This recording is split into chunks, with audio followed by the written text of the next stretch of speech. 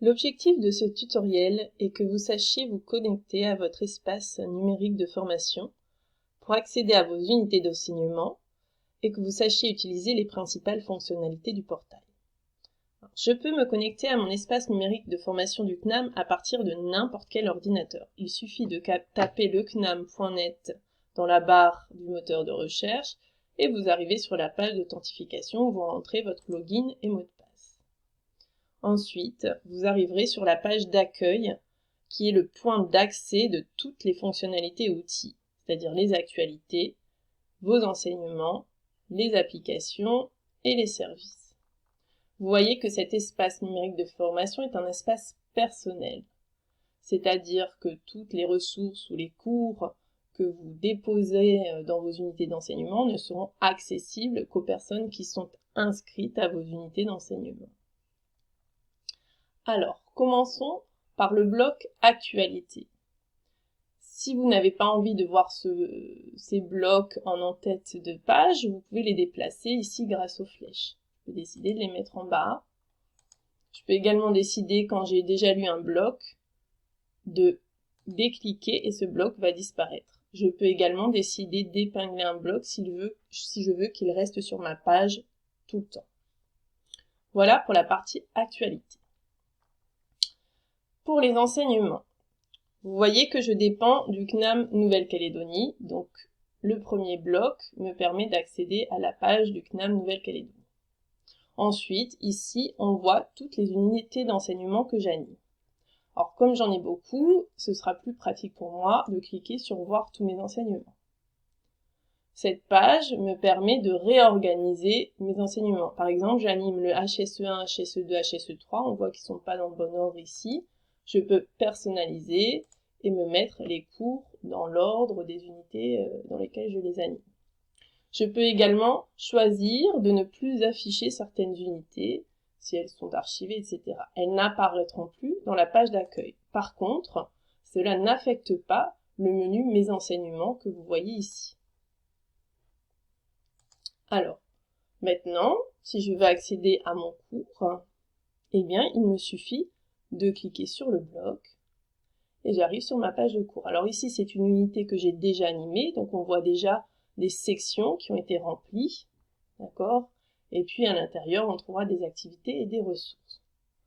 Si je prends le cours FOFOAD, formation de formateur à distance, c'est un cours que je n'ai pas encore animé, vous voyez, il est vierge. Donc quand vous démarrez pour la première fois sous Moodle, vous avez une page vierge et vous allez commencer à créer votre arborescence avec vos séquences, vos activités. Donc ici, le CNAM a choisi la plateforme pédagogique Moodle, donc nous apprendrons plus tard à utiliser les fonctionnalités de Moodle. Revenons sur le portail, sur la page d'accueil.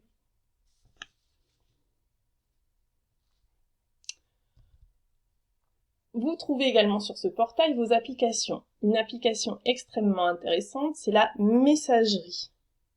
Vous avez donc votre propre messagerie qui est créée et c'est votre nom, prénom généralement, @lecnam.net. Elle va vous permettre d'échanger avec vos auditeurs. Donc vous pouvez accéder à la messagerie en cliquant ici ou sur la petite enveloppe ici.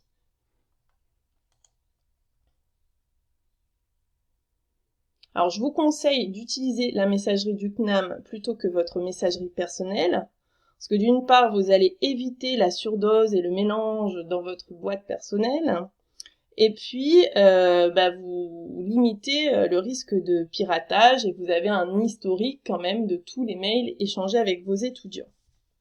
Alors, si jamais vous désirez envoyer un message à un auditeur ou à un personnel du CNAM, vous avez enregistré dans une base de données toutes les personnes qui ont une messagerie du CNAM. Il suffit de démarrer le début du prénom. Par exemple, je cherche Pierre-Henri Charles. Hop, je le trouve directement. Donc, ça, c'est très pratique.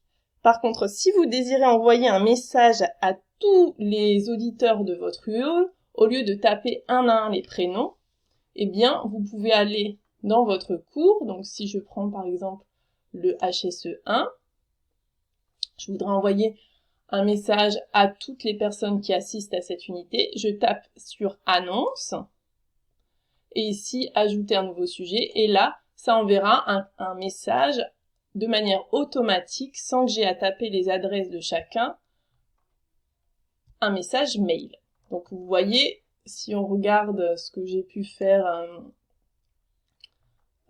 j'ai déjà dû envoyer certaines annonces. Par exemple, un corrigé de questionnaire, je l'ai envoyé à tous les auditeurs de cette unité. Pour les fichiers volumineux, il ne vaut mieux pas l'envoyer par pièce jointe dans la messagerie.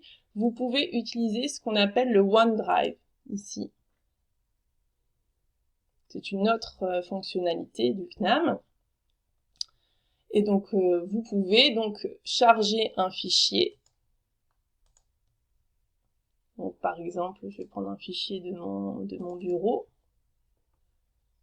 Voilà. Et puis ensuite, donc on va voir ici. Voilà. Et vous pouvez décider de le partager. Et là, vous pouvez copier le lien qui est ici et l'envoyer. Alors, si je prends.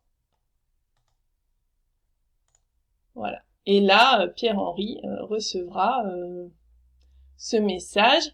Mais par contre, le document est stocké dans OneDrive et pas dans la messagerie. Voilà pour les principales applications de base de la messagerie. Maintenant, on va voir les services. Alors, ici, vous avez le calendrier des examens de vos UE. Donc, c'est pratique quand vous avez plusieurs UE. Voilà, par exemple, moi, sur le HSE1, HSE2, je sais à quelle heure sont les examens, à quelle date et dans quelle salle. Ensuite, une fonctionnalité très très importante, c'est le Living Lab Sofa. Donc, dès que vous avez besoin d'aide sur Moodle, sur de nouvelles pratiques pédagogiques, vous pouvez vous rendre sur cet outil. Ça vous permet de vous mettre à la page des nouveaux outils et des nouvelles pratiques pédagogiques. Par exemple, si vous voulez apprendre à utiliser Moodle, vous avez des tutoriels ici. Si je prends Big Blue Button, qui est l'application pour les classes virtuelles, vous voulez savoir comment utiliser Big Blue Button, vous avez des ressources ici qui vont vous aider. Donc c'est super quand on démarre avec l'espace numérique de formation, vous avez quand même pas mal de supports pour vous aider dans vos animations. Enfin, dans les services, vous avez Compilatio. C'est un logiciel anti-plagiat. Donc, par exemple, si vous voulez vérifier qu'un auditeur n'a pas fait de plagiat, vous pouvez déposer le document, vous ajoutez des documents, ça vient se charger ici, il y a une analyse qui se fait, et on vous donne un pourcentage de similitude avec d'autres documents, et vous pouvez aller consulter les rapports.